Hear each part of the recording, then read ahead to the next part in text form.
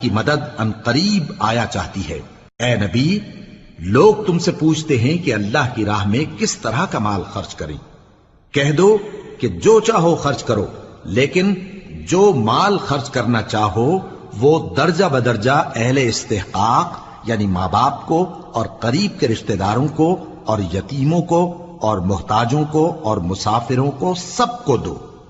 اور جو بھلائی تم کرو گے اللہ اس کو جانتا ہے۔ مسلمانوں، تم پر اللہ کے رستے میں لڑنا فرض کر دیا گیا ہے، اور وہ تمہیں ناگوار تو ہوگا،